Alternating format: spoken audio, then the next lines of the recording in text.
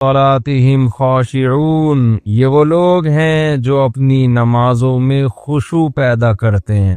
سب سے پہلے ایمان لانے کے بعد اپنی نماز کو ٹھیک کرنے کی ضرورت ہے، خشوع پیدا کریں۔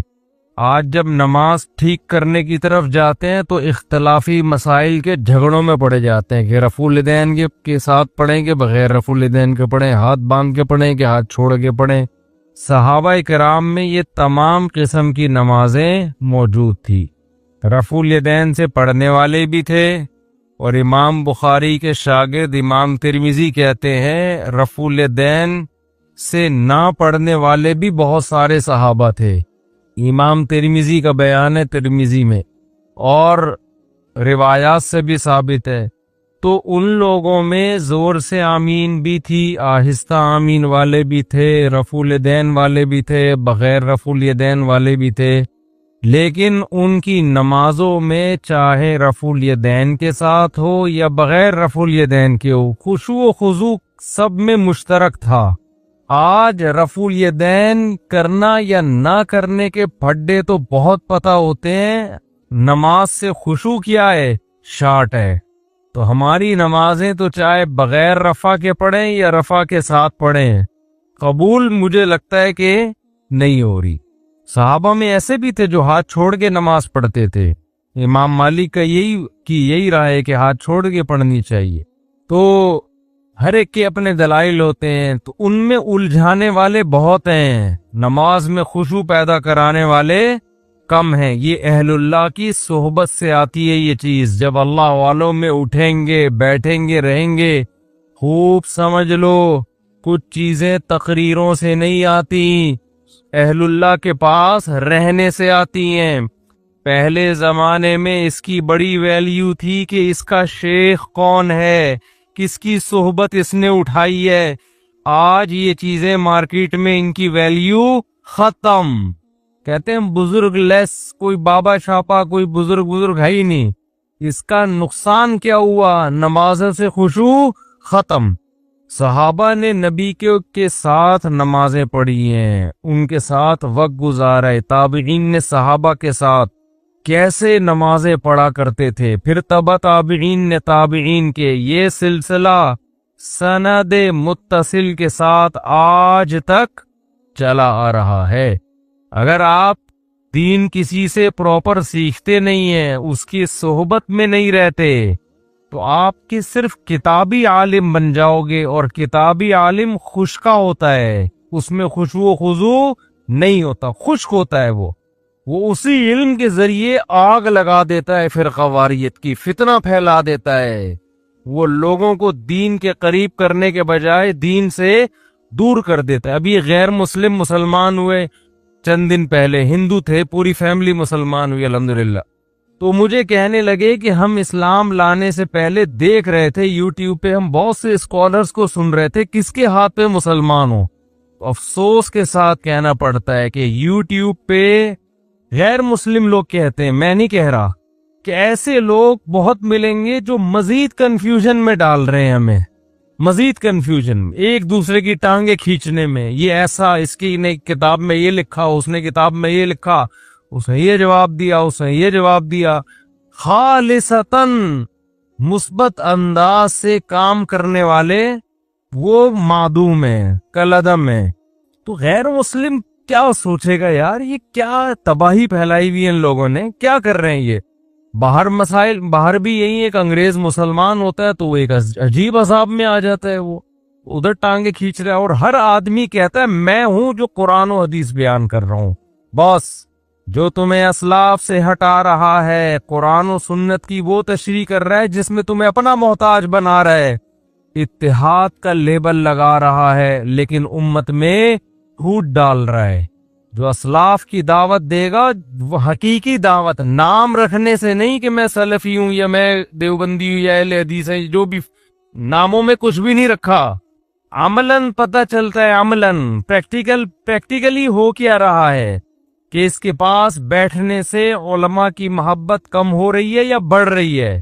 بڑھ رہی ہے، اس کا مطلب صحیح ہے۔ نفرت پیدا ہو رہی ہے، سب سے بدگمانیاں ہو رہی ہیں، یہ ٹھیک نہیں ہو سکتا۔ تو غیر مسلم اسلام قبول کرتے ہوئے میں نے کئی کو تو نہیں کہہ سکتا، چند ایسے غیر مسلم دیکھے جو واپس کنورٹ ہو گئے کفر میں، اسلام لائے، تبلیغ جماعت میں وقت لگایا، نمازوں میں خشوع پیدا ہو۔ انہوں نے مجھے خود بتایا کہ جو باقی رہ گئے تھے نا، انہوں نے بتایا، کہہ رہے تبلیغ جماعت میں وقت لگایا، ہماری نمازوں میں خشوع، آخرت، ہمیں تو پتہ ہی نہیں تھا رفع الیدین کے، کچھ رفع الیدین کر بھی رہے تھے، کچھ نہیں بھی کر رہے تھے، ہماری صحت پہ کچھ اثر نہیں پڑ رہا تھا، ہم جیسے دیکھا عام مسلمانوں کو ہم بھی لگ گئے اس میں۔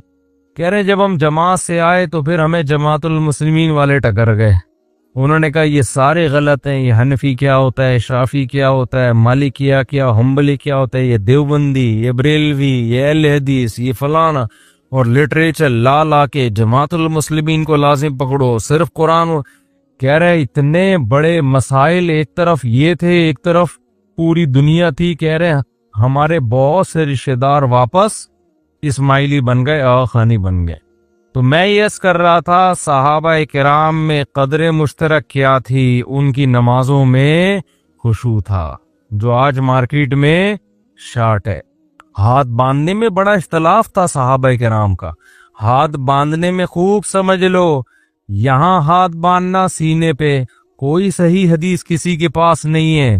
دعوے کرنے والے بہت ملیں گے، اور یہ جو احناف دعویٰ کرتے ہیں کہ ناف پہ ہاتھ باندھے جائیں گے، اس کے بارے میں بھی مرفوع روایت ہمارے علم میں کم از کم کوئی صحیح روایت موجود نہیں ہے، کسی کے پاس بھی نہیں ہے۔ اس بارے میں ہر مجتہد نے اجتہاد کیا ہے، 2-3 حدیثوں کو جمع کر کے اپنی رائے قائم کرنے کی کوشش کی ہے۔ امام ابو حنیفہ کا اپنا ایک انداز ہے، انہوں نے 3-4 روایات کو جمع کر کے ایک کیفیت وضع کی ہے۔ امام شافعی کا اپنا انداز ہے، انہوں نے ایک روایت کو فوکس کیا، اس روایت کے مطابق فتویٰ دیا۔ تو جو اس میں جزم کے ساتھ کہتا ہے نا یہ طریقہ صحیح ہے باقی غلط ہے، وہ 100% غلط کہہ رہا ہے۔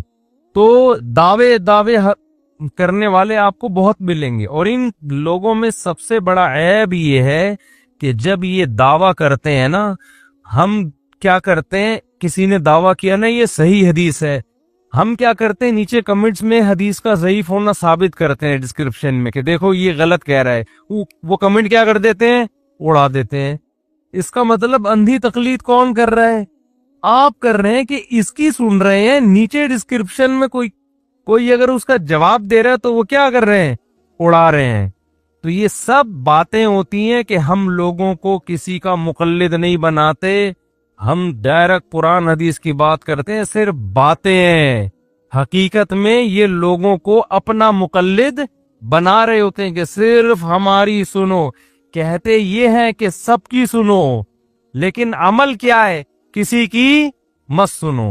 ورنہ آپ جو ڈسکرپشن میں جب ہم یا کمنٹس میں جب کوئی لنک دیے جاتا ہے اس کے جواب کا تو اڑاتے کیوں ہو؟ تو میں آپ کو یہ بار بار یہ باتیں اس لیے بتاتا ہوں کہ اس زمانے میں دین کے نام پہ چورن بیچنے والے مارکیٹ میں بہت ہیں۔ تو قرآن کیا بیان کر رہے ہیں اس کو فوکس کرو۔ الذین هم فی صلاتہم خاشعون، فرمایا اہل ایمان اپنی نمازوں میں خشوع پیدا کرتے ہیں۔ والذین هم عن اللغو معرضون، جو کامیاب لوگ ہیں وہ لغو سے اعراض کرتے ہیں۔ لغو کا کیا مطلب؟ وہ باتیں جن کا نہ دین کا کوئی فائدہ اور نہ آخرت، ٹائم ویسٹنگ۔ لغو میں ٹائم ویسٹنگ بھی داخل ہے، وہ موضوعات بھی داخل ہیں جن کا ہم سے قیامت کے دن سوال نہیں ہوگا، وہ امت کے لیے اہم نہیں ہے۔ آپ اہم چیزوں کو چھوڑ کر غیر اہم میں لگ جاؤ، یہ بھی لغویات ہے۔ میں نے اپنے شیخ مفتی رشید احمد صاحب رحمہ اللہ کی صحبت میں 7-8 سال لگائے، بالکل چپک کے ایسے۔ نماز بھی 3 سال پڑھائی میں نے، ہفتے میں 1 دن ہم گھر میں آتے تھے۔ کتنے بڑے اللہ والے بزرگ تہجد میں اتنی لمبی لمبی نمازیں پڑھتے تھے، روتے تھے، اللہ نے علم اتنا دیا تھا۔ کئی سال صحیح بخاری پڑھائی ہے انہوں نے دارالعلوم کورنگی میں۔ حضرت مفتی تقی عثمانی صاحب جو اتنے بڑے عالم جن کے ائمہ حرمین قدر کرتے ہیں، عزت دیتے ہیں، یہ ہمارے شیخ مفتی رشید احمد صاحب کے شاگرد ہیں، 7 سال پڑھا ہے انہوں نے حضرت سے۔ فتوے کا کام مفتی رشید احمد صاحب رحمہ اللہ نے حضرت اقدس، حضرت مفتی تقی عثمانی صاحب اور حضرت مفتی رفیع عثمانی صاحب کو سکھایا۔ کتنے بڑے عالم! میں نے 7-8 سال میں ایک مرتبہ بھی یزید کا مسئلہ ان کی زبان سے نہیں سنا، نہ جنگ جمل سنی، نہ جنگ صفین سنی، نہ یہ سنا کہ ان دونوں میں کون حق پر تھا کون باطل پر تھا۔ پریکٹیکل کام۔ جو کسی نے پوچھا بھی حضرت یزید، انہوں نے کہا بھائی تم سے قیامت کے دن یزید کے بارے میں سوال نہیں ہوگا۔ قرآن جگہ جگہ کہہ رہا ہے تلک امۃ قد خلت، یہ لوگ تھے گزر گئے، لہا ما کسبت ولکم ما کسبتم، انہوں نے جو کیا ان کو قیامت میں اس کا بدلہ مل جائے گا، اچھا کیا اچھا ملے گا، برا کیا لعنت ہوگی ان کے اوپر۔ وَلَكُمْ مَا كَسَبْتُمْ، اللہ تم سے تمہارے عمل کے بارے میں پوچھے گا، تم کیا کر رہے ہو؟ اپنا عمل زیرو۔ اور تقریریں دیکھو یار بیٹھ کے، تو لغویات میں یہ بھی داخل ہے، جس چیز کا آپ کی پریکٹیکل لائف سے تعلق نہیں ہے اپنے آپ کو ان چیزوں سے بولو بچاؤ۔ آپ ڈائری بناؤ یار، میں فجر کی نماز تکبیر اولیٰ سے پڑھتا ہوں، میں ظہر پڑھتا ہوں، میں عصر پڑھتا ہوں، میں مغرب پڑھتا ہوں، میں عشاء پڑھتا ہوں، میں اپنے ماں باپ کے ساتھ اچھا سلوک کرتا ہوں، میں نے بہنوں کی وراثت ان کے حوالے کی ہے، میں حرام تو نہیں کما رہا، میں تجارت میں جھوٹ تو نہیں بول رہا، میں تہجد پڑھتا ہوں، میں تلاوت کتنی کرتا ہوں، میں دین کو دنیا میں غالب کرنے کے لیے کیا کر رہا ہوں۔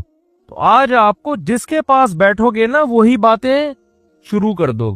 پنجاب میں حیات ممات کے مسئلے میں اتنا الجھے ہیں لوگ، اتنا الجھے ہیں کہ اچھے ایک جماعت کے طلبہ آپس میں لڑ پڑے ہیں، سارے مسائل ایک جیسے، ایک مسئلے میں اختلاف، اور وہ جو کالم گلوچ اور اتنا زیادہ آپس میں تماشا بنائے کہ آپ الامان والحفیظ۔ تو والذین ہم عن اللغو معرضون کا مطلب کیا ہے؟ وہ تمام چیزیں دیکھو، ایک اہم بات کر کے میں اس آیت کو سمجھاتا ہوں، پھر انشاءاللہ کھوپڑی میں بیٹھے گی ہے۔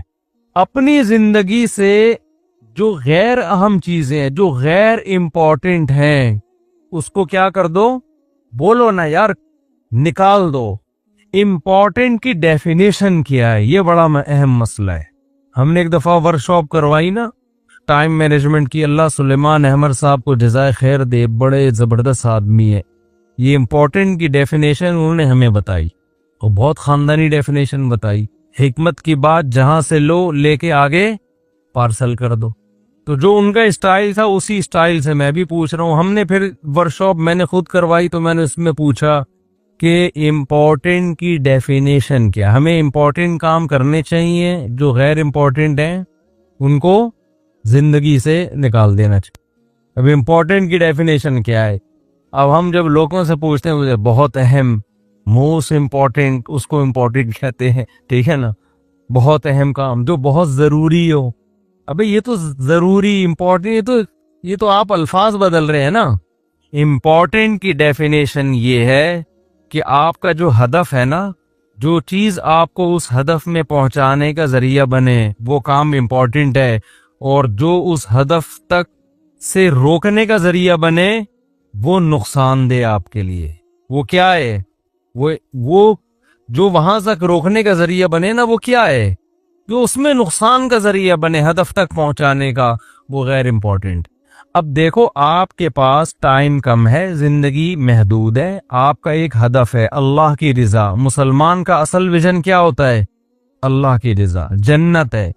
اس ویژن کو حاصل کرنے کے لیے چھوٹے چھوٹے ویژن بنانے پڑتے ہیں۔ جنت تک پہنچنے کے بہت سے طریقے ہیں نا۔ بھائی ایک آدمی صبح پڑھا ہوا ہے، اسکول نہیں جا رہا، کیوں نہیں جا رہا؟ بھائی میرا ہدف ہے اللہ کو راضی کرنا، میرا ہدف تعلیم ہے ہی نہیں، میں اسکول نہیں جاؤں گا۔ اس کو بولو کما کے لا، کہہ رہا ہے میں کماؤں گا نہیں، میں کمانے کے لیے پیدا نہیں ہوا، میں کس کے لیے پیدا ہوا ہوں؟ اللہ کے لیے۔ بعض لوگ ایسے اللہ کا لفظ بڑھ کے نا بول رہے ہوتے ہیں۔ یہ میں اللہ کا لفظ اس لیے بولتا ہوں، ایک پرویزی تھا منکر حدیث، ہم جب بھی اس کے پاس جاتے نا ہمیں الو بنا رہا تھا، وہ کہہ رہا ہے ہم قرآن کو مانتے ہیں، قرآن کو. تو یہ اللہ کا لفظ بڑے جلال سے بولتا تھا، جو ایک دم ہمارے دل دہل جائیں گے، یا تو بڑا نیک آدمی ہے. تو رب العالمین نے فرمایا. تو یہ نا منہ بھر بھر کے ٹوپیاں بہت کراتے ہیں.